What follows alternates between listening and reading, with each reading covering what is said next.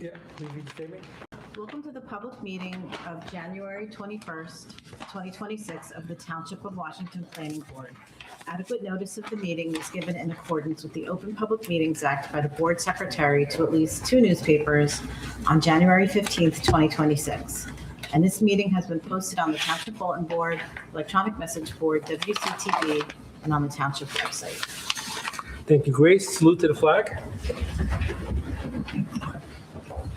Pledge allegiance to the flag of the United States of America and to the republic for which it stands, one nation, under God, indivisible, with liberty and justice for all. Okay. We have a swearing in of a board member appointed by Mayor Calamari on January 5th. Mayor, would you like to swear in Vladimir? Yes. Grace, do you have the oath? Yes, I do.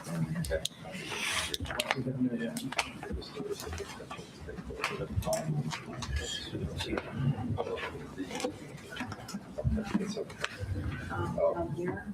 The director of engineering is a 4-year. Oh, it is. Yeah. All right, I didn't realize that. Okay. Oh, yeah. Vladimir, you want anyone in particular to hold the Bible, or It doesn't matter. how about our chairperson? It doesn't matter. Okay. All right. Yeah, I'll help engineer.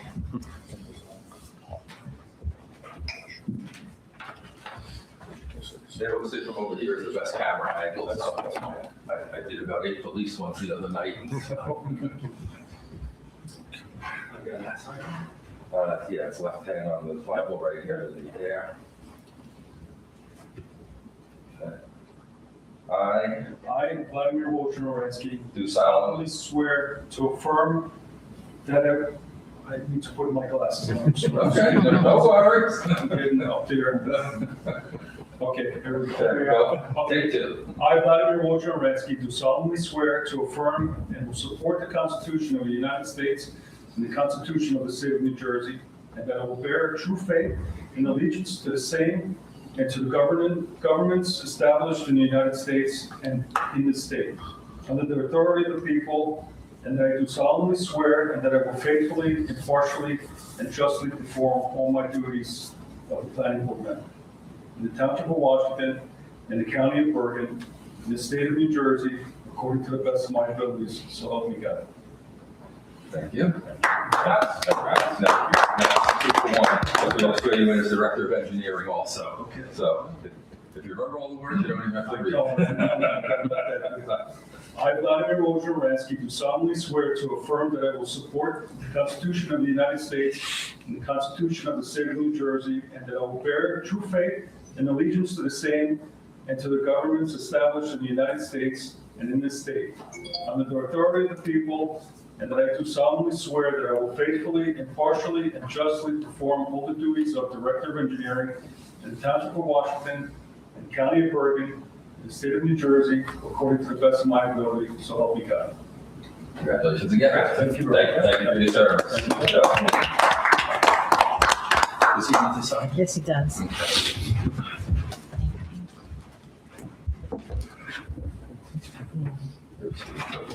Excuse me.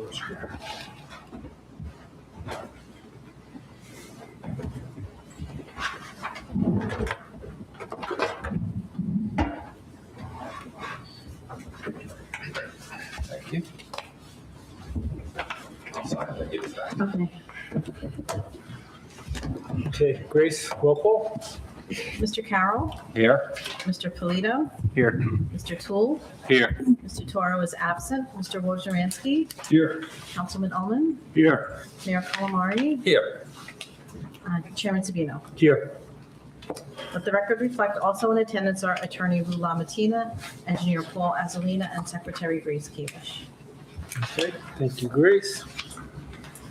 Would you like, please read the public portion? To participate in the general public portion of the meeting, please click the link below to join the webinar. You will be asked to state your name and address for the record, and we ask that only one person speak at a time. This public comment portion is only for non-agenda items. Time is set aside later in the meeting to address questions or comments about current agenda items. If you are participating by phone, press *9 to raise your hand and *6 to unmute. At the end of the general public portion, no further general questions or comments will be accepted. Thank you, Grace. Do we have a motion to open the public portion? So moved. Second. All in favor? Aye. Is there anyone in the audience that would like to address this planning board on topics other than what's on the agenda for this evening? No one? Anyone on Zoom? Nope. No one's on Zoom. No public comments. Motion to close the public portion.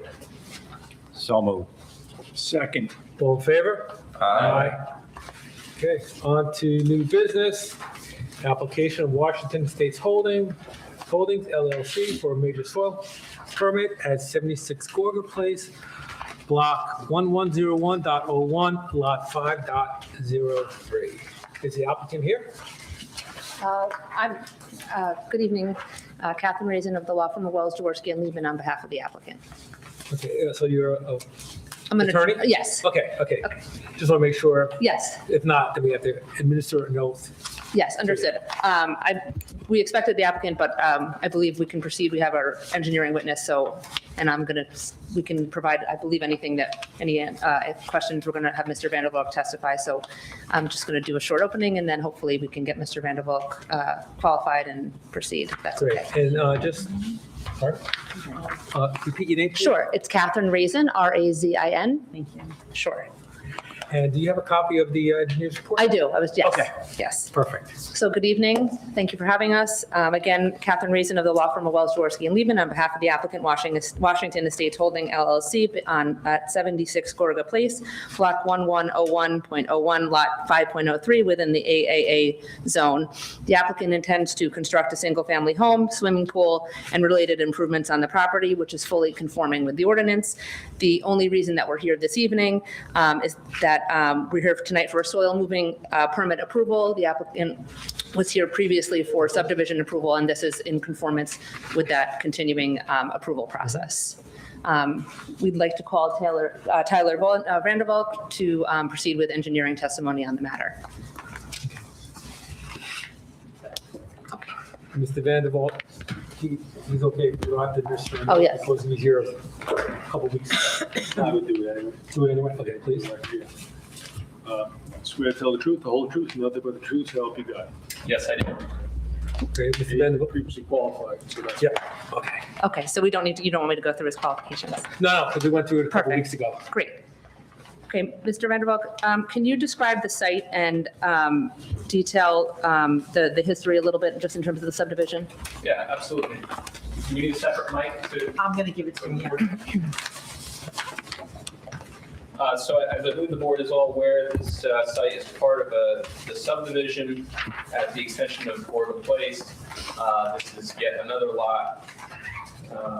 We did lot 102 last month. This is lot 5.03, which is right at the beginning of the extension, located on the westerly side of the extension. And the proposal for the residential development, the home, the swimming pool, and related improvements are all going to be in conformance with the ordinance, but are separate from what we're here for this evening. Yes, that's correct. We're located in the AAA district. The proposed house, as well as the accessory structures, swimming pool, patio, driveway, et cetera, are all compliant with the zoning requirements. We are here for a major soil moving application. We're seeking that approval tonight. And can you detail the soil movement numbers for us and for the board? Absolutely. So for the record, the plans that I'm referring to here, last revised November 11, 2025, should be the same ones that the board has.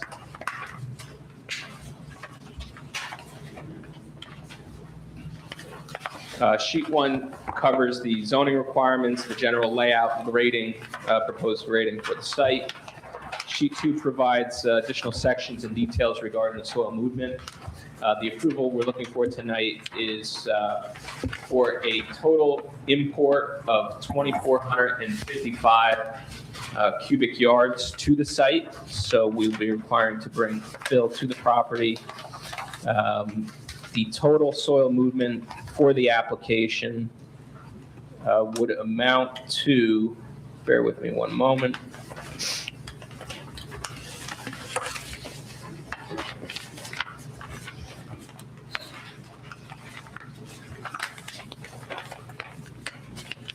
Total soil movement would be 3,000. I'm sorry, I'm not seeing the number here. 3,250 is the total fill required on site. But we have a net cut of on-site movement of 795, resulting in a net import of 2,455 cubic yards. And can you confirm that any soil being brought in for fill would meet any clean fill standards? Yeah, I think what we would stipulate too is certainly any soil being brought onto the site that's not from this subdivision would be tested and certified as clean. As testified to at the prior hearing, Lot 102 had a net export. So we'd be bringing soil from Lot 102 to this Lot 5.03. It's not enough to meet our full amount. That being said, there are other lots being developed in the same subdivision which are also having export. So we anticipate further fill being brought from those lots. But of course, if anything comes from off-site, meaning outside of the subdivision, we would stipulate to having that tested and certified clean. And there's an area on the site that is subjected to not being disturbed, correct?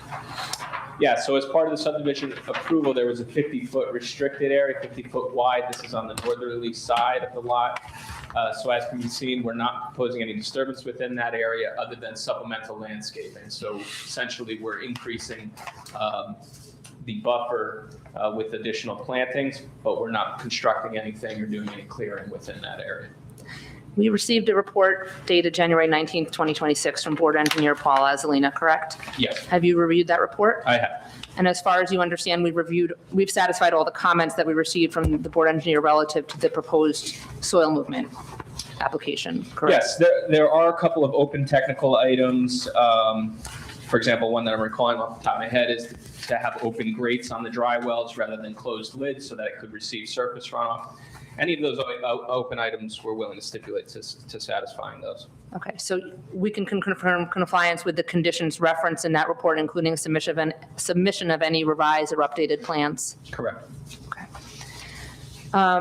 There are trees that are intended to be removed in connection with the development of the site, correct? Yes, that is correct. Okay.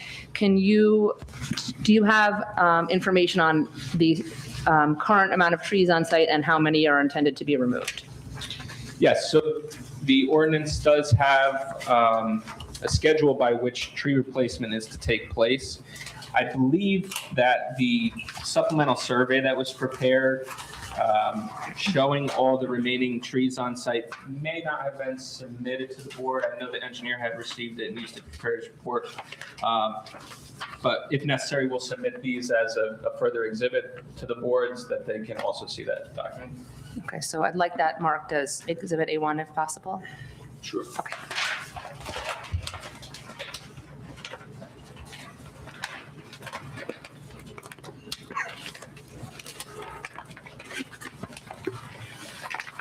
And in one moment, when I get back to the microphone, I'll explain what we're looking at.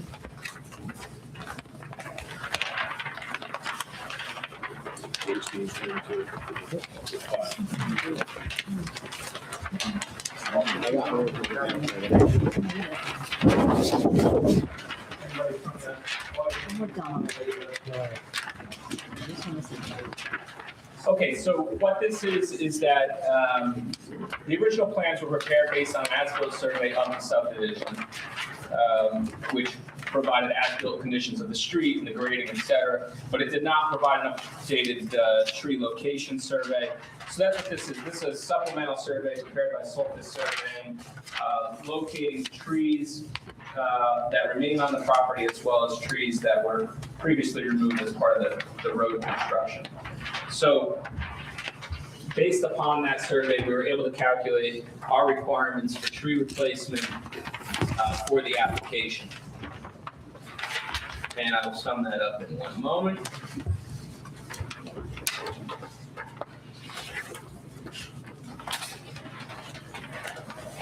So all in all, the property contains 125 trees.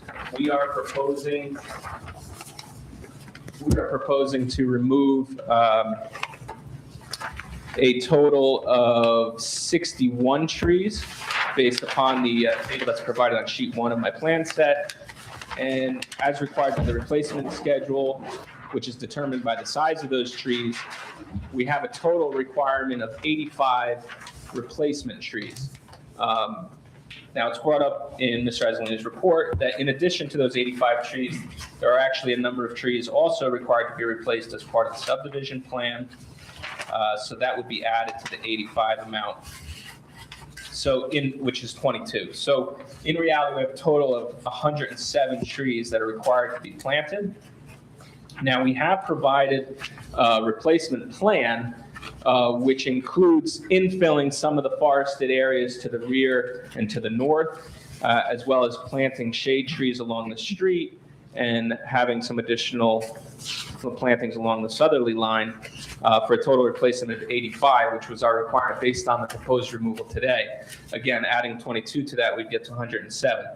Now, Mr. Eslina brings up a good point. How feasible is it to get 107 here? What we would stipulate to is certainly any amount of that 107 that we can't fit on the site, we would pay the alternative fee into the tree fund of the town. But determining that exact number likely needs to wait till we get in the field and see what kind of existing canopy there is within those forested areas and how likely those trees would be to survive. So our intent is to comply with the replacement on site, and any amount that we fall short of that, we would pay into the tree fund. Thank you. Is there anything else with regard to our soil movement application that you'd like to address with the board at this point? I don't have any further direct testimony. Thank you. We're open to any questions you may have. Great, thank you. Paul, can you go through your report and ask any questions which have not been answered as part of your report?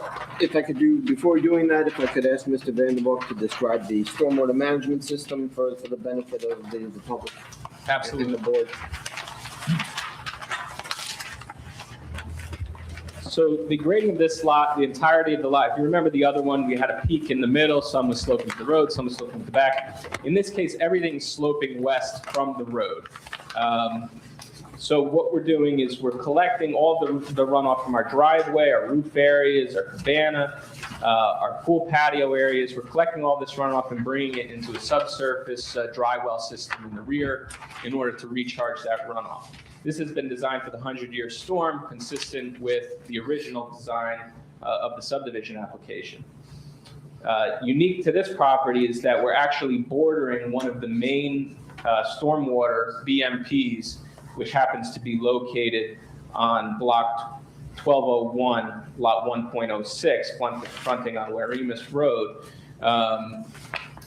That system provides a connection point for drainage from this lot. So despite the fact that we are meeting our recharge requirement and our storage requirement for the proposed development, we're providing for a direct overflow connection into that stormwater system. So that should there be an even larger storm event and a surcharge from our system, instead of flowing downhill, flowing out of our system, we continue to keep it underground in the existing stormwater system. So I concur with Mr. Vandermark's testimony regarding the stormwater management system. Sizing is proper.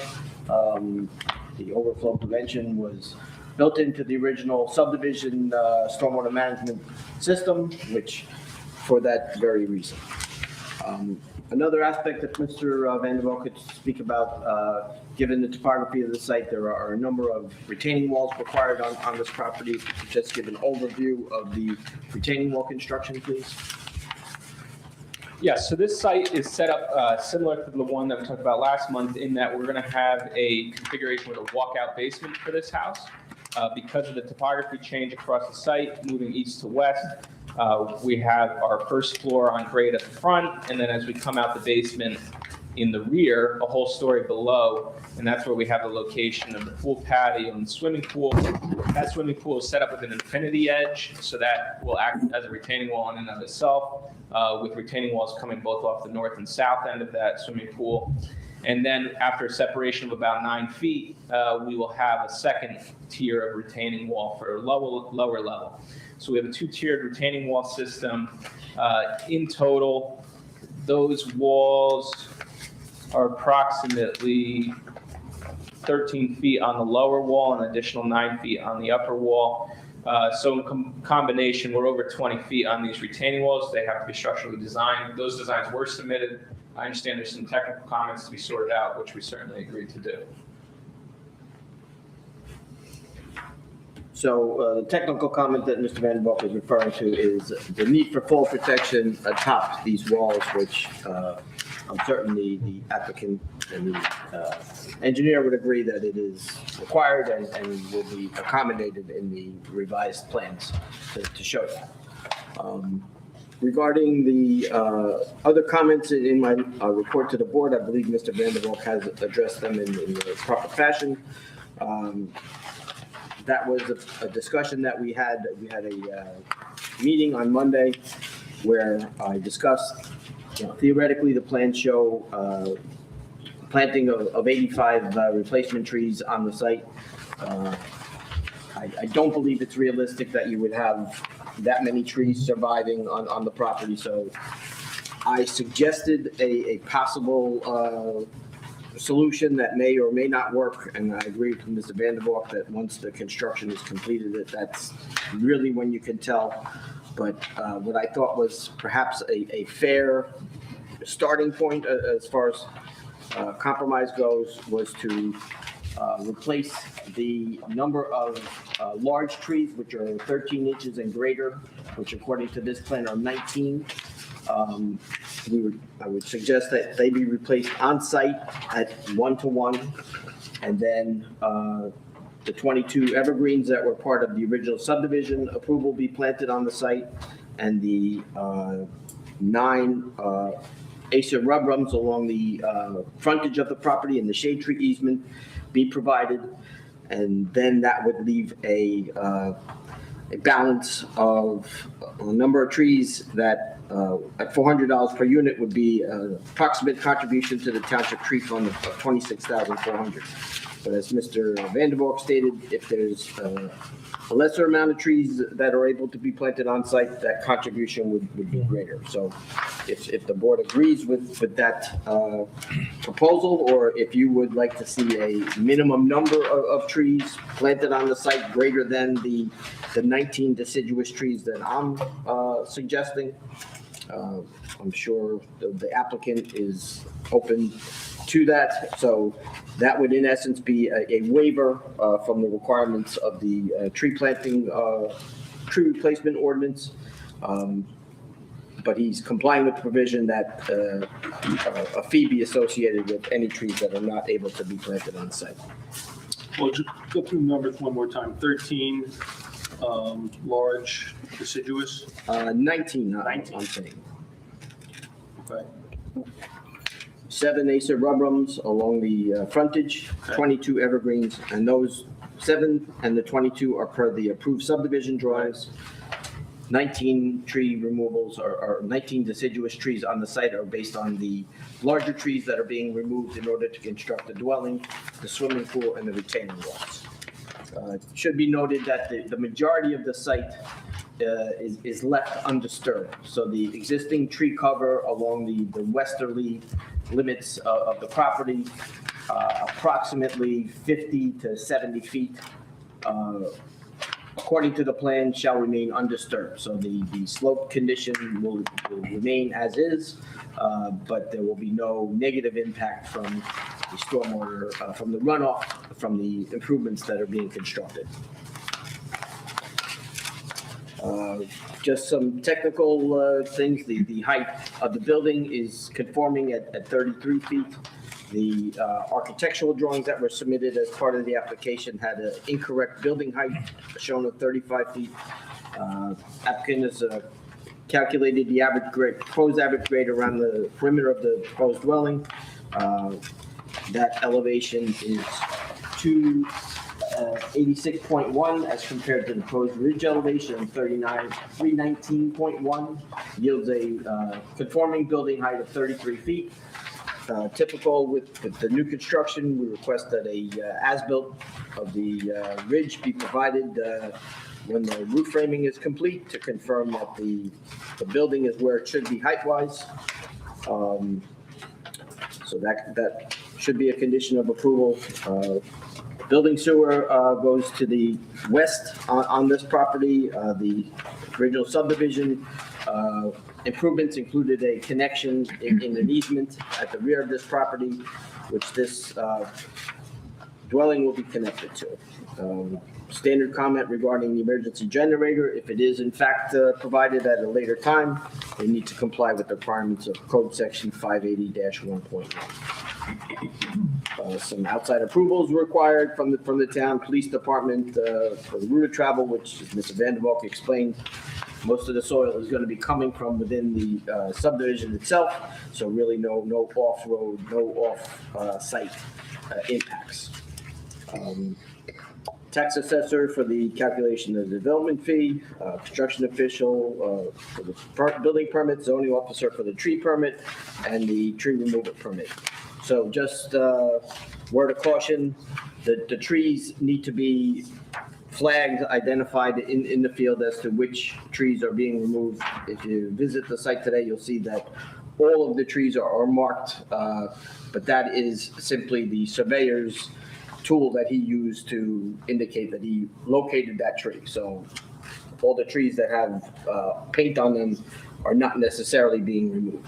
So should the board grant its approval, you would need to come up with a different system to identify which trees are being removed, and then that would be reviewed in the field by my office as well as the zoning officer to confirm that it conforms to the plan. That would conclude my report, Mr. Chairman. Okay, thank you, Lou. Before opening up to the board members, I do have one question. With 85 trees being taken down, what is the plan to ensure that, between the point that these trees are taken down to planting new trees, if we have a storm, you mentioned the 100-year storm, that we don't have all this dirt flowing down Gorga Place? Right. So sheet 3 of our plan is a soil erosion sediment control plan. So before any disturbance on site, those practices would have to be in place, namely a silt fence, particularly surrounding especially the bottom of the site. And that silt fence gets buried into the ground so that nothing can slip under it if there was to be any movement of soil at that point. Thank you. Can I just make a quick clarification? It's still only 61 trees that intend to be removed, right? Correct? Oh, yes. Okay, I just want, not that it, I know, That was the I know. Right. And just, so quickly, just to respond really quickly to Mr. Azzalina, we would agree then to the replacement plan detailed in this report as to the 7, the 22, and the 19, and then to the extent that further replacement couldn't be accommodated, we would agree to stipulate to pay into the tree fund if that is what we indicated, if that seems reasonable. Okay. Okay, thank I'll you. provide the maximum of 26,000 to be reduced if you put more trees on the site. Right, and I read the ordinance as the sum of 350 per tree, but certainly if There that, was an amendment Okay. recently, may Thank you. not have hit Thank the you. code book yet, it's 400. got it, thank you, I appreciate it. Okay, That concludes the Thank- testimony? for now, yes, thank you. Okay, great, thank you.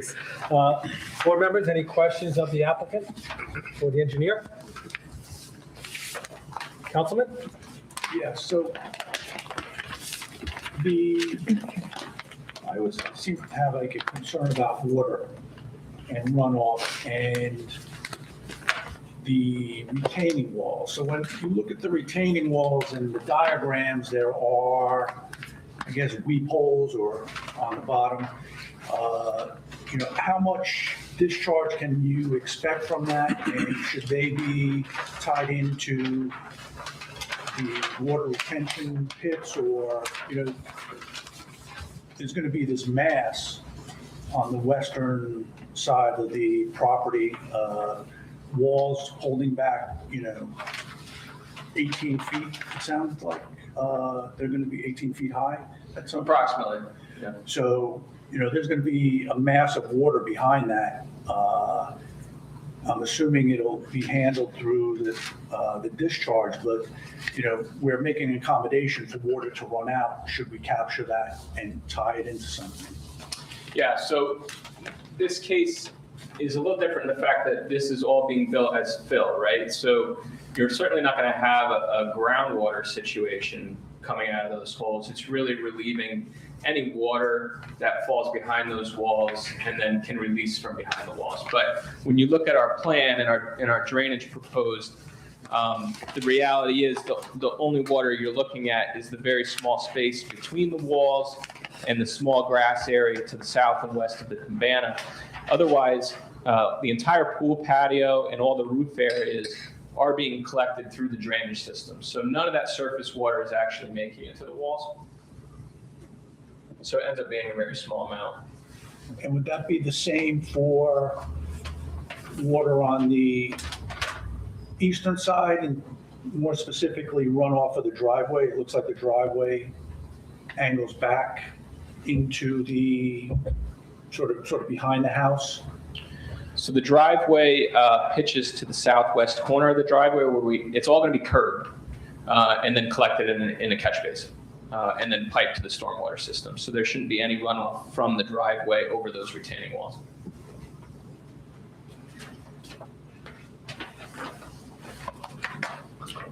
Yes, yes. So I agree with Mr. Vandervalk's testimony. He did explain the design properly. In connection with these retaining walls, there is a minimum of 12 inches of clean stone behind the walls in order to allow proper drainage. The plans do depict weep holes, but typically you're not going to use the weep holes if you have the ability to tie into a system such as what is here. So that would be something we would handle during construction. I would recommend that a base drain be installed at the lower limits of the wall, and that base drain be tied into the stormwater management system, the dry well system. But I do agree with Mr. Vandervalk's approximation of the volume. It's a negligible amount. Paul, I have one question. And again, I want to make sure that, please correct me if I'm wrong, but didn't this subdivision also have a pumping station? No, It did. that would be Viviano for Viviano. sewage is what you're thinking of. Okay. This is all stormwater, gravity, going from the upper limits of Gorga Place down to, eventually winds up in the county system in Wimmis Road. Okay. Thank you. Any further questions? I just have one thing I want to clarify. So we had discussed the allotment of money, I think it was 26,000 to potentially go down if we decide to not add trees, right? We don't decide. Right, It's the applicant. if they were unable to, right, Yeah. there's the way that they could go down. Is there a way for it to possibly go up? Let's say, in example, if a tree were to fall down, we talked about possibly if they don't survive, I don't know how long, like what's the amount of time before we would have to possibly replace one of those? Does that? Well, there is a performance guarantee built into the soil movement ordinance, so there would be a time frame after which, if the trees did not survive, they would need to be replaced. But Is it required to be replaced, or can they just add to the fund at that point? I'm certain additional monies could be contributed to the township fund if that were, the desire of the board. Okay. Okay. Any further questions? None? Okay. Do I have a motion to open the public comments? So moved.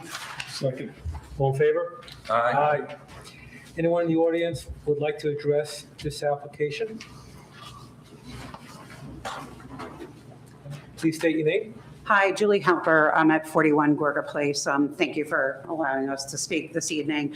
I just have some questions about the trees and the original subdivision. I've been living in the township in my home for over 30 years, and us and the Lanos, we were here when the original subdivision went through, and the promise about making sure that the property was green and that the trees would be maintained, because when we moved in, it was a beautiful wooded area, and it's not quite the same now. So, my question is about the trees. Do we have to build on every piece of the property? I thought the whole reason why we were trying to keep those trees was so that we weren't building on every segment of the property. And so what else can be done to be able to protect what we were promised as long-term residents of the town? And again, I appreciate that the money will go to the town, but it's not protecting what was originally promised to us, and, that's part one. I'll let you answer, but I do have another question or two. Yeah. Thank you. Respect your concern. I think it's important to note here that for the northerly and westerly sides of this project, which is, bordering existing developments, not part of this subdivision, we're leaving substantial buffers undisturbed and in fact, increasing the density of those buffers by planting as we're able to. So we're talking about 50 feet to the northerly side, and we're not even going anywhere past our 50-foot rear yard setback on the westerly side. So we're fully surrounded by 50 feet of buffer, other than the stormwater system in the corner here, to the west and to the north. But again, the question really is to the committee, because again, the promise was made to us as the residents of the current properties. Mm-hmm. Yeah, I do not recall a promise. Well, it was in the original subdivision. Paul, do you have any recollection? Yes, so what the resident is speaking of is this plan. So those plantings will happen. So on this property, that plan showed 22 evergreen trees, which the applicant will be maintaining. Shows the 7 acer rubrums across the street frontage, and then 6 other deciduous trees on this property. So that's what I'm telling the applicant minimally needs to happen, plus whatever is necessary in order to build the home on this property. So overall, once these lots are developed, this plan, which is the overall subdivision plan, planting requirement, will be incorporated into the overall subdivision. So if there's not more trees on this lot, there will be elsewhere to. Correct. To count. Or conversely, if there just is not physically enough space, then they would have the ability under our ordinance to make a contribution. Okay, and can you tell us a little bit about how they're going to fell the trees? Because when the street went in a couple of years ago, we witnessed some very dangerous situations where people were felling the trees. They were not rigged, they were not wearing hard hats. It was very concerning to watch and to see what was going on, and just want to make note of it, and maybe you should make sure somebody is aware of how that's going to actually happen. So if I understand you correctly, there was safety / OSHA, in your opinion? I work in the insurance industry, Okay. and yes, there was definitely safety concerns. Okay, so the applicant, do you want to address? We have no issue complying with any construction requirements of the town, any safety requirements. Certainly, we would agree to comply with anything that's required in that regard. And what is your plan to enforce that? I can speak to that, but absolutely, sure, yes, absolutely. And I just want to make note also that since it indicated that we would, to Mr. Azzolina's point, we would agree to plant those 7 and the 22 and the 19, which were, I think, is actually over what was initially required as part of the initial an overall subdivision plan. So that will be as a part of this lot, plus whatever else can be accommodated on the property. Got it. Thank you. And Paul, one further question. So I'm sorry, I forgot your name? Julie Halper. Mrs. Hopper's comment around trees. It is your role, right, or your firm's role to ensure that the landscape plan for the original subdivision is followed through, correct? Correct. Okay, thank you. And then can you help me with the math of how many trucks are going to be coming up and down the street with the soil? Realistically, past your house, 0, because it's coming from, the first lot is at the end of the cul-de-sac. So the majority of the soil is coming from that site. to this site, which is across the street from your property or from Mac's property. So So no, I thought they said that there's going to be soil coming in from outside. possibly. So then, A minimal The amount. goal is certainly not to, because that's additional expense to the applicant, right? He wants to use soil as he can from this development. And just based on the other projects that we're doing, these lots, it looks like we have the available soil. But we were stipulating to the clean fill in the scenario that that doesn't happen. But again, it's not anticipated. We're going to do all in our effort not to pull from elsewhere, again, because that would just be additional expense to us. and just to be clear, there will be outside sources of crushed stone required for the construction that will come in via dump truck. I'm going to guesstimate somewhere around the number of 50, something like that, over months. It's not like you're going to see 50 dump trucks in one day. There were some mass movements when they were moving the large stockpiles off-site. You did see a number of trucks going by, but this type of construction is staged over a year, basically, so. Okay, and I'm sorry. Yeah, I was gonna, on that same topic, Mr. Vanfel, you're making the assumption that all of the subdivision properties will be sold and the construction would occur concurrently, correct? But what happens if they're not constructed concurrently? Then there is a potential that dirt will need to be imported into that property, correct? Yeah, so certainly at least 75% or so of this fill required is going to come from 102, Right. which is also owned by the same applicant, and his intent on both these lots is to move forward as quickly as possible. The other remainder would come potentially from another lot, the application, I think, probably coming in before you next month, from another owner. Again, we don't control that activity, but moving forward with the application, I would assume the next step is construction. But yes, there's a possibility there could have to be outside sources. Because Paul's report on page 5 of 14, number 5, that proposed import volume is 715 cubic yards, right? That is a possibility. Can you give us a sense of how many trucks that is? If you have to import 715 cubic yards.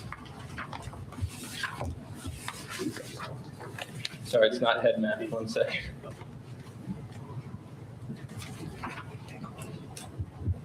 Yes, somewhere shy of 50 truckloads. 50 trucks. Yeah, 40, 45 maybe approximately.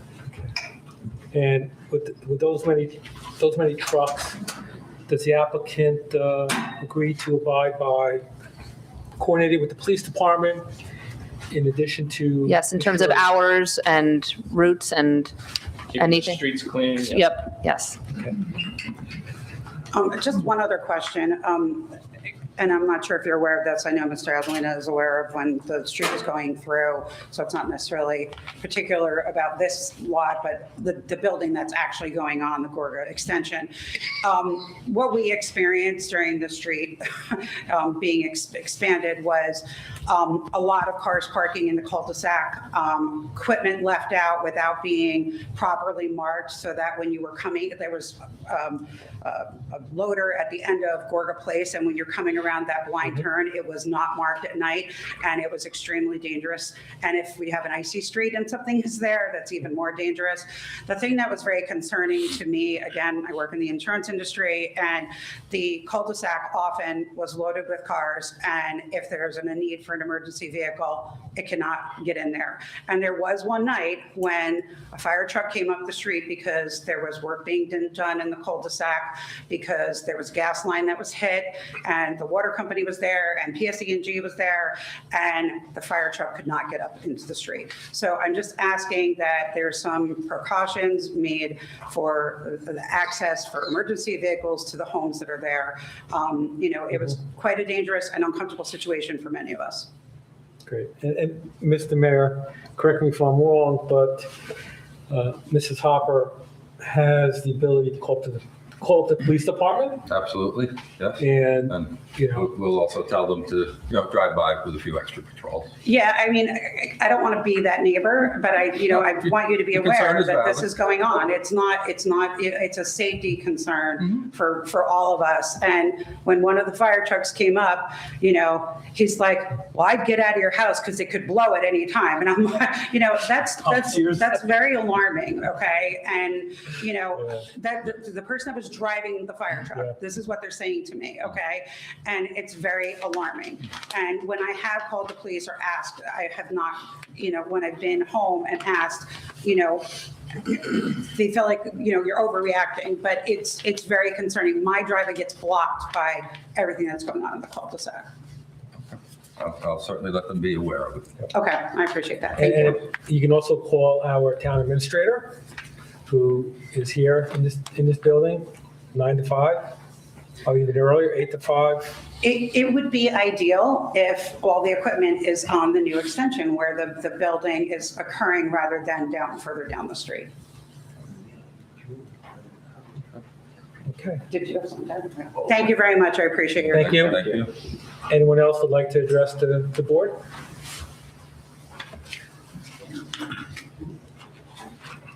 Please state your name. Whitaker Max, 77 Gordon. Thank you for allowing us to have this opportunity to speak. So to follow up on Ms. Halpern's concerns, I have the similar concerns since my house is directly facing this construction site. Several things that I've called to action but haven't been done. The maintenance of the lot while it's under construction. I pay quite a substantial amount. I'm sure each one of you pay for fall cleanup. And I understand that it is 10 acres of vacant land. However, the land directly in front of me has not been maintained. So I will get somebody to do my leaves. Next night, the leaves have returned because the property in front of me, all of the leaves have been undone. We all have decent homes, but the maintenance of the property, that grass is untenable. Hasn't been mowed in several months. So creating what I consider an eyesore towards my home, having to face this. During construction last year, I tried to work with the developer, but it just seems like we didn't have the same opinion of how my home should look during a construction period. A fence went up, not a very nice fence. Placed another fence on the property, and then the construction literally ran through my house because I am at the end of the cul-de-sac. At least I was at the end of the cul-de-sac. So some of the things that I will concur with Ms. Halpern, her concerns. First, I would love to have a city ordinance in terms of construction hours. No construction on the weekends, if possible. Construction should not take place before 7 a.m. and should not take place after, I would say 5 p.m. would be a reasonable ask. In terms of maintenance of the property during construction, 50 trucks, yes, I understand that. But as we talked about construction vehicles, several construction vehicles were left in front of my home. Dump trucks, pickup trucks, backhoes. Right now there's a divider sitting in front of my house that's full of graffiti. Once again, I pay millions of dollars for my home. I don't think I should have to live in a construction site, which I have been living in for probably 2+ years now, with not having any relief of any sort to have this opportunity to speak now. So I will start with that. Great, thank you. First point, Mr. Mayor, Councilman, I believe we have an ordinance around construction. It's more covered under the noise ordinance, I believe. And I think the noise ordinance does tie into the hours that you just specified, from like 7 in the morning till either 5, 6, or maybe 7 in the evening. So it's anticipated the noise ordinance covers construction noise also. So if they're starting before 7 or after 5 or 6, I forget the exact hour in the afternoon that it ends, they would be in violation of that. You can call the police department and they'll come up and ask them to please stop. Okay. In terms of maintenance of the site, at what point do our property maintenance sort of regulations kick in? If there's an issue with, if it's a undisturbed forested area, I'm assuming you can't force them to mow that type of property, but once it's subdivided and work starts, is there an expectation that they should be following property maintenance? And is it something that the property maintenance officer can review? I'm going to answer your question with a question to Paul. Paul, while the construction's going on, does that fall under you and or the zoning officer, or would it be code enforcement? Actually, both, and there was a complaint during construction that was addressed by the applicant. So the property maintenance officer did go out and observe the site, Okay. which there was a period of time where the grass was clearly overgrown, needed to be maintained. The applicant was advised by the property maintenance officer to take care of it. He did, so I think he realizes now that he needs to take steps to maintain the lawn areas along the roadway as well as on the lots through which the easement, the sewer and drain easements go down in rivers. That area is all lawn, basically. I mean, I don't want to speak for the applicant, but I would hope that they'll heed your comments and work with you in the future. You're talking some very high-end properties here, and I would hope that they would, respect yours. And, so if there are any issues, you can reach out to my office in the future. I'm happy to get involved if needed. I understand that. Thank you so much for that. In terms of maintenance and acceptable, like my home, once again, faces this construction. For now, if this construction takes 2 years, am I going to be looking at a fence of any design and just, like basically a hole? Is there any time frame of which we at a point that I don't have to look at such construction or destruction of property, falling of trees, construction vehicles going in front of my house, staying in front of my house? Like, this is, if you can imagine living in front of a construction site for 3+ years, is just, it's untenable sometimes. I don't know all the answers to those questions because they're very specific, but I'm happy to find out and work with Paul and code enforcement and zoning to make sure that everything is going as it should be. Paul, fair statement? Yes, and I would assume that it's in the builder's best interest and most likely contractually obligated to deliver this home by a date certain once he gets the permits, typically a year or thereabouts. So, I don't think you're looking at 2 years. That wouldn't really make sense for It's the been builder. 2 years already. Well, clearly, but this is a process that.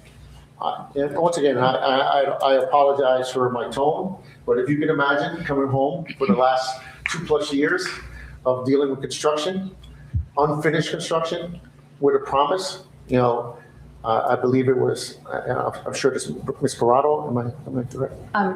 No, my name is Catherine Reason. I'm sorry. That's okay. But Ms. Parado, her father started the development several years before we even got there. And it was promises, variances were made, and here we are, 2026, and this process probably started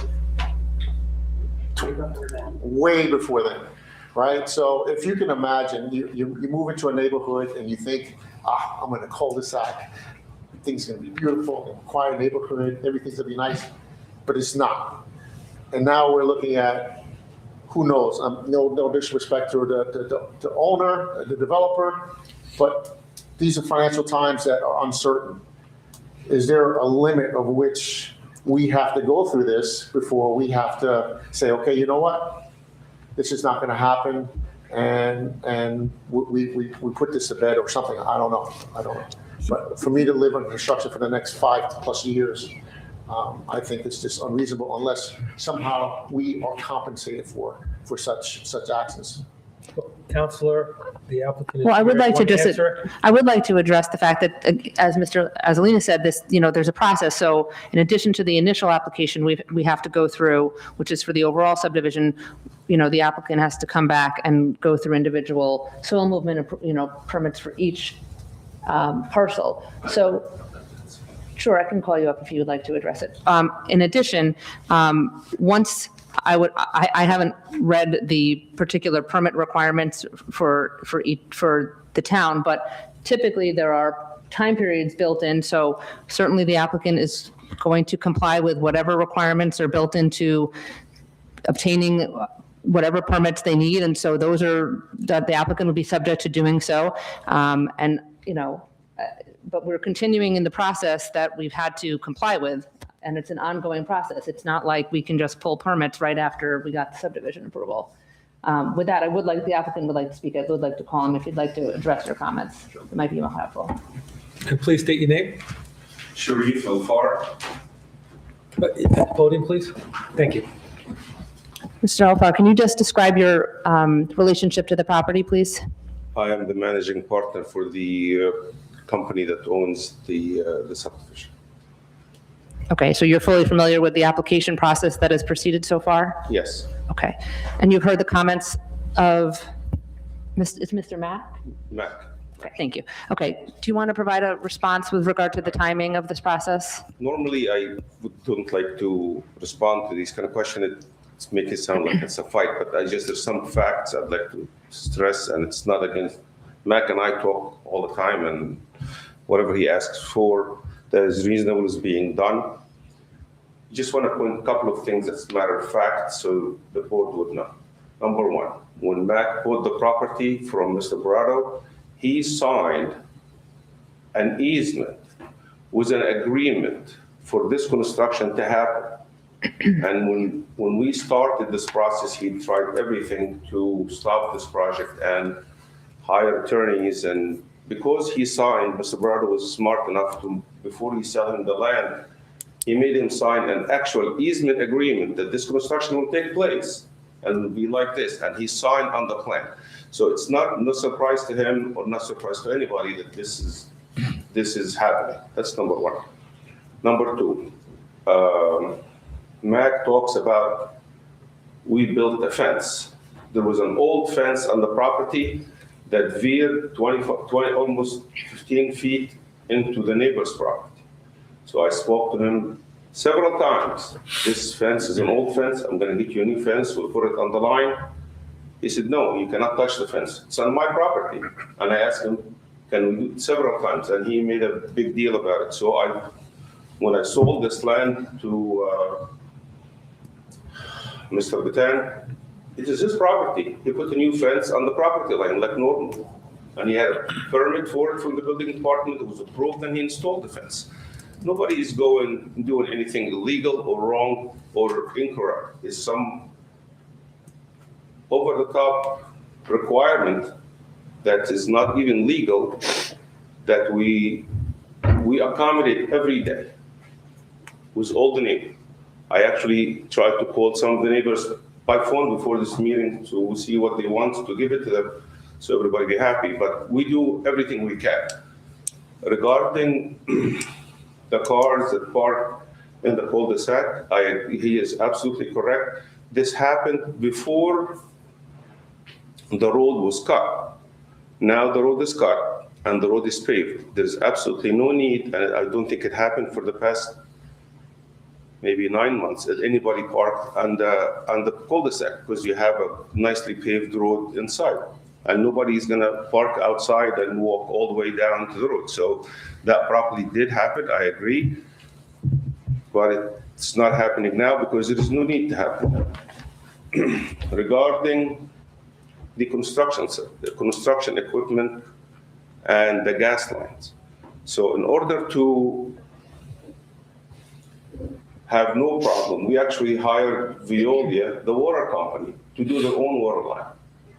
So the construction that happened in the cul-de-sac happened by Veolia, which is the water company. I have no control over what Veolia does. The gas line was done by PSE&G. PSE&G is the one who cut the gas line and the one who patched it and the one who was working on it. It was not under my control. The comment that was made earlier regarding the trees people being unsafe, I can assure you, and Mr. Azalina can confirm it, every single day Mr. Azalina stopped by the site because it's close to his home and his way to work, and he can mention, we don't do anything illegal, we don't do anything that's haphazard. We have safety people, we have engineers or construction managers. It's a well-oiled machine that does this every day. We do this every single day.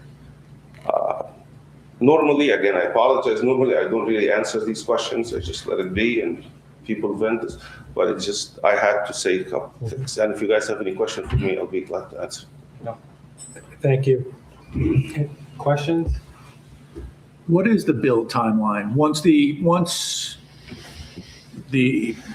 If it's approved this evening and permits are issued, what would be the build time? These are once you fairly large break ground? houses. It's close, this particular house is close to 9,000 square feet, including the finished basement. We are planning on getting this done. Once we have the building permit in less than 10 months, it should be all completed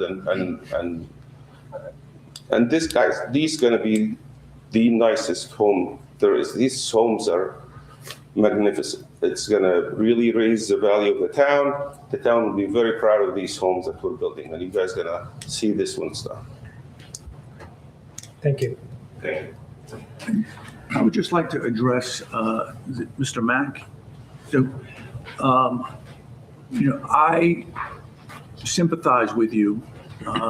I don't know if you travel on Van Emberg, but just, I guess it's south of the flashing light there, you will see a lot that is surrounded by green fence. It's a double lot. I live right behind, that's my backyard. So I've looked at that fence and that empty lot for a number of years. I sympathize with you, and, as a representative on the council, I'll look into what we can do to ensure that these construction sites do move forward in a timely manner. But there is a process, so, it's a balancing act. But I sympathize with you and what you and your neighbors are looking at. Thank you, Mr. Councilman. So the fence which he was talking about, that's not what fence I was talking about. I'm talking about when they first went through the cul-de-sac and they drilled the road, they pulled up a temporary, like you have a green fence, a fence with nice covering so you can barely see what's on the other side. I had a chain link fence that you can see through. It was just shoddily put up temporarily, but it stayed there for weeks. I'm assuming if this project, once again, no disrespect, love that we're gonna be building beautiful houses that everybody here could be proud of, that could possibly raise the value. But we're talking just for this one home, 10 months. Just for one home that's gonna be facing my property that I'm gonna have to look at construction. There's 7 other homes that have to be built in that cul-de-sac that haven't even been started, permits haven't even been pulled. We're not even close to any sign of finishing.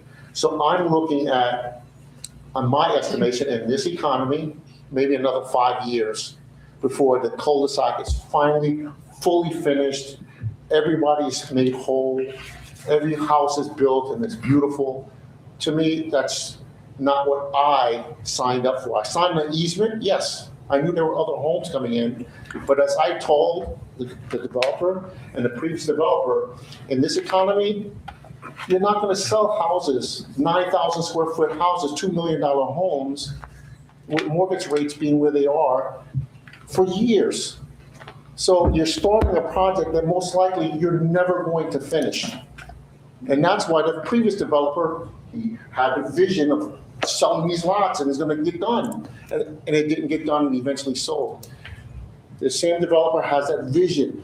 He's going to be living on this property, but he hasn't even built his own home on this property yet until he gets money from the other properties that he expects to sell. We're talking years. So, Mr. Mack. I'm sorry. No, again, I appreciate your comments. I think at this point, the recommendation of, as you heard from the mayor and the councilman, is that if you believe there's any type of unsafe actions taking place, or you see, as you mentioned earlier, construction equipment, fences, I'm sorry, I forgot your name. Sharif. Mr. Sharif, you speak to him, and if he doesn't rectify the issue to your satisfaction, then you need to go through the process of calling town administrator, official code officer in town, and they will help you rectify the issue. Thank you, Mr. Chairman. One last comment, and I'll be brief, and I apologize for my passion for this issue. No. The last thing is lighting. All through Gorga, there's lighting provided by the town along the street. The lighting ends on his property. After his property, there is no more town lighting provided in that entire cul-de-sac. I would like to have that possibly addressed as well. Mr. Mayor, Paul, comments on that? I don't recall the original plan, Paul. Do you have it by any chance, or? I don't have that with me. My recollection is that they did not propose street lighting at the time. If that's something that the town would want to see, there is a public service charge to the municipality per street light. So obviously that's something the governing body would have to agree to. And maybe we can work with the applicant if you're willing to put up maybe a few more lights for safety and security. We'll be happy to pay the monthly charge, but I imagine you have very nice street lights probably. And if we put something in, it's not going to be the prettiest because we're going to do, something that is, is lawful, but, we can't match what your design is. So maybe that's something we can look at together. Thank you, Mr. Mayor. Thank you. Mr. Mack, I'd like to say, you apologized a couple times for your tone. I'd love to work with you every day if this is the worst you get as far as the tone. Everyone who has spoken so far, everyone's being very respectful. I hope these things can be worked out amongst you. But if you're not, that's what we're here for. So please don't hesitate to reach out, either one of you. Thank you, Mr. Mayor. Of course. Okay, any other comments from the public? Anyone on Zoom? No. Okay, do I have a motion to close the public comments? So moved. Second. All in favor? Aye. Okay, do I have a motion to approve this application? Motion. Do I have a second? A second. Okay, roll call? Let me just ask Paul a question. Paul, you mentioned a base drain at the lower limits of the wall. Is that what is that Yes, something- it's reflected on the plan. It just shows the outlet being a weep hole, but rather than weep holes, you just extend the piping to the stormwater management system. That's, So it's part of the plan now? It doesn't have to be part of yeah, the I mean, resolution? it's something that's typically handled during construction, so it's Okay. 6 of one, half a dozen of another, but he has the ability to tie into that system, so definitely recommend that, yes. Okay. Okay, thanks. Grace?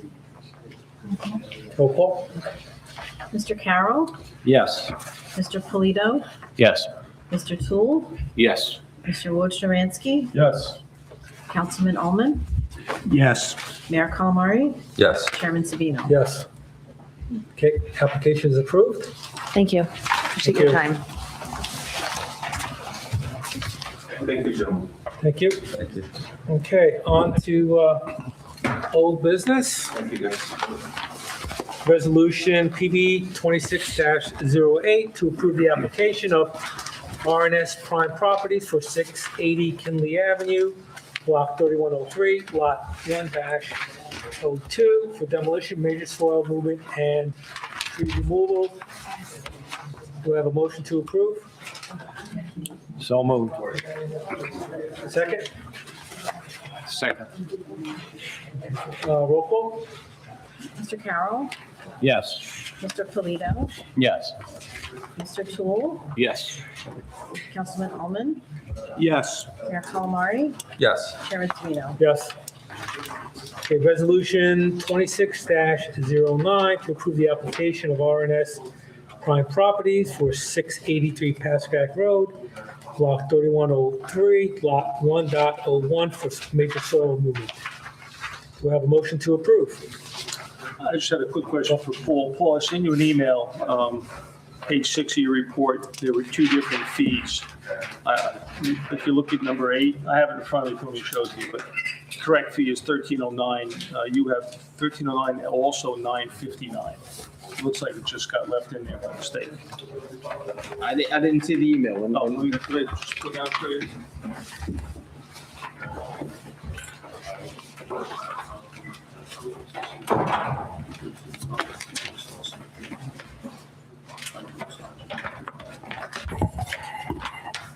I think we'll see you again, right? Yeah. Yeah, I'll have to see what I did. I don't recall the time. I agree. It's the same. Yeah, that's okay. Large enough. Yep. Okay. 10 months? No. 2 years. There's no house around the corner, right? 9,000 square feet. Go ahead. Okay, My house is like this. do I have a motion to approve PB 26-09? So moved. Second? Second. Roll call? Mr. Carroll, Yes. Mr. Polito, Yes. Mr. Tool, Yes. Councilman Ullman, Yes. Mayor Calamari, Yes. Chairman Tamino. Yes. Okay, no minutes for this meeting. Before we go into closed session, any board member have any issues, thoughts, epiphanies, comments? I think I agree with the street line moving up the street. Sorry? I said, I think I agree with the street light moving up the street, but I know that's neither there right at this point. That would be part of the, Subdivision. Yeah, so yeah, it's not on there, they're not obligated. yeah, no, right. Okay. One topic that Grace brought up to my attention that we should discuss as part of this board meeting. So Grace, I'll turn it over to you.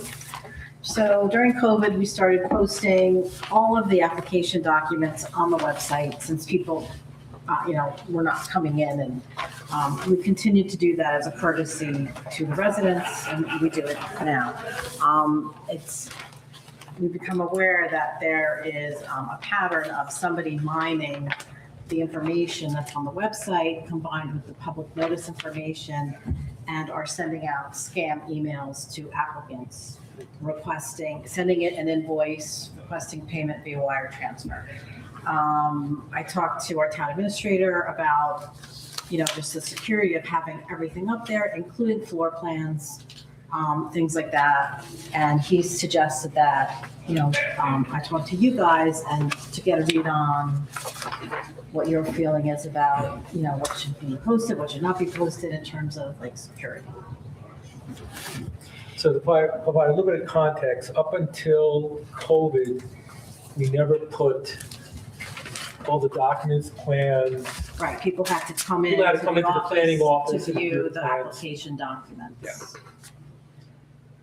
So because we now have all this information on the township website, someone has gone in there, looks at the information, because remember, has all the plans, so they know the address, the people who own the property, and they're sending out fake invoices on behalf of the town, right? Yes, Township letterhead saying, X dollars.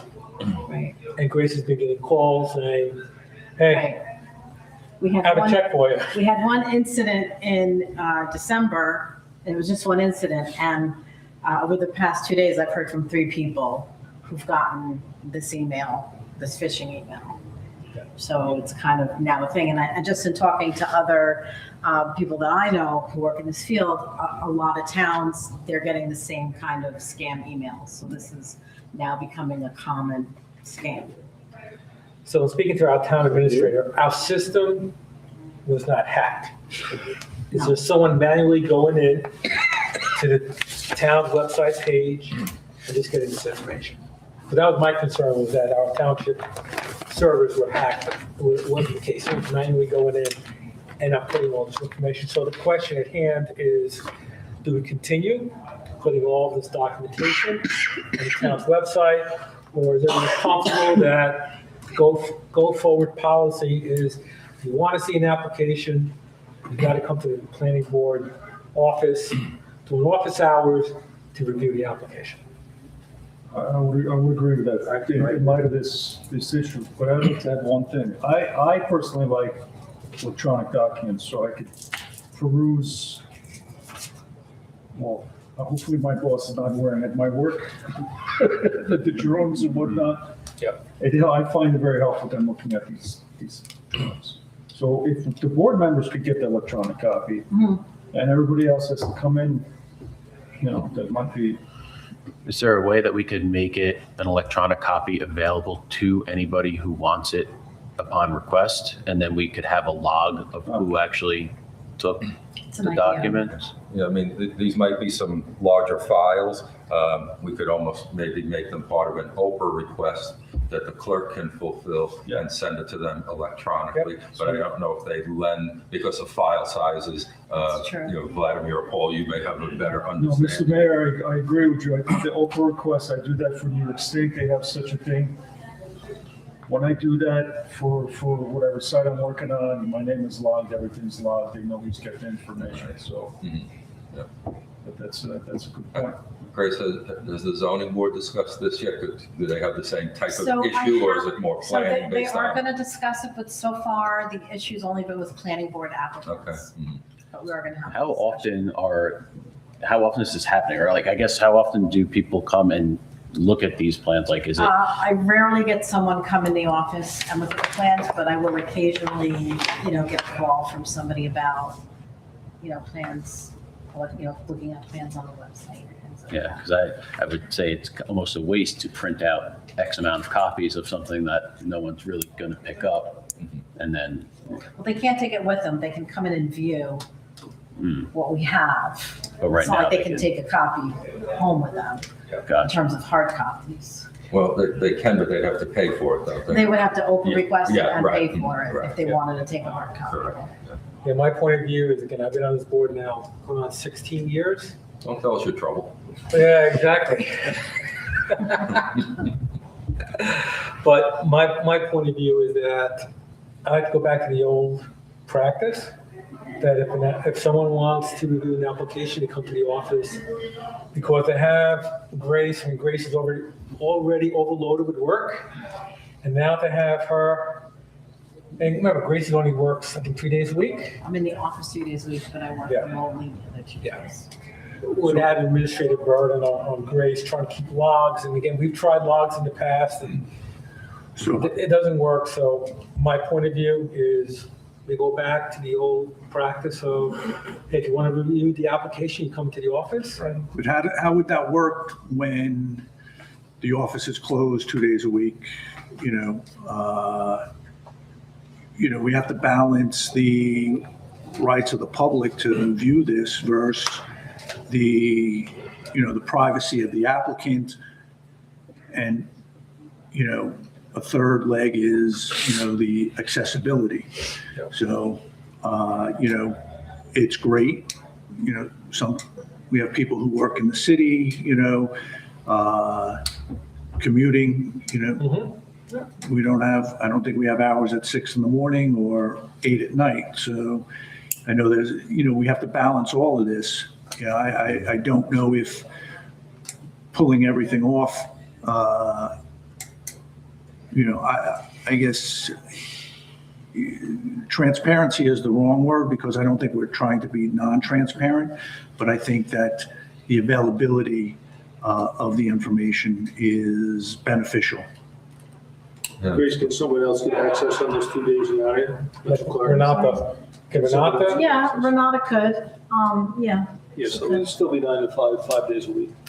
I think it's a mistake to put it on the website because town can get sued. You're putting building plans. And what do thieves need when they break into things like museums and whatnot? They need building plans. So I think it was an accommodation. I'm positive, I'm pretty sure the land use law does not require it.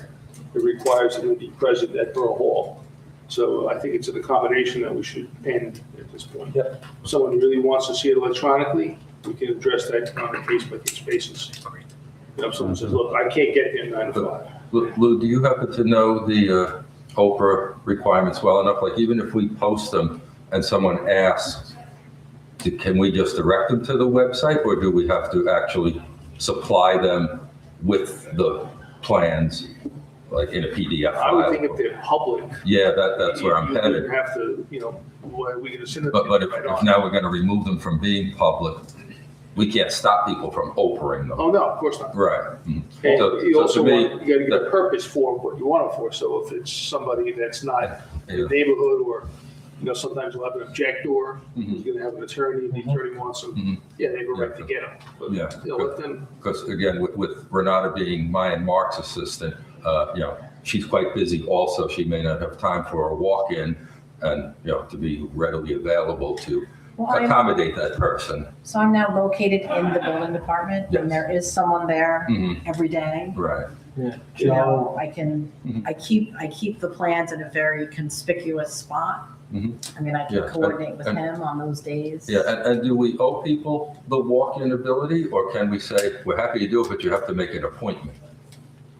the notices I always see say, available, 9 to 4:30. It Okay. doesn't say, But could we say available 3 days a week, 9 to I 4:30? don't think so. Okay. No. I don't think you have to. I think it's what, as Grace said. I mean, unless we get something crazy in, like you said, I don't think our website person historically can tell us how many people are clicking on these plans. But, safety has to come first with a balance of as Councilman Ullman says, making it available to the public. Well, they could also be redacted, right? You could only show the site plan and maybe the elevation for the architectural front of the house, and that's it. That's all. That's not the whole thing. Someone who wants to see the plans has a right to see the plans. Well, then it should come into the. Well, that's what I'm saying. So they have a community one, sorry. Yeah, right. Okay. So Grace, you want to maybe get Jeff? Joan? The zoning board. Well, let me take a step back. So do we all agree that this information will no longer be put on the website? Okay. No, Okay, you on records? No. thank you. I say yes. Mike, Yeah, I think it should be removed. Mr. Mayor, Yes, based on what it's leading to. George? Yes, because of the situation right now. Yes. Yes. Bill, Vladimir? Yes, as long as I can get an electronic copy through them. I'll talk to Heather to see All if right, all right. we can still, I can still scan it. Well, if it could be emailed too, Just maybe, not. or however. Yeah. Yeah, I mean, I can still get the electronic copy. Because every time I send plans in, I know Paul could attest, I have to give electronic copies, I have to give printed copies, and I'm sure we ask for electronic copies as well, right? Do you, Paul?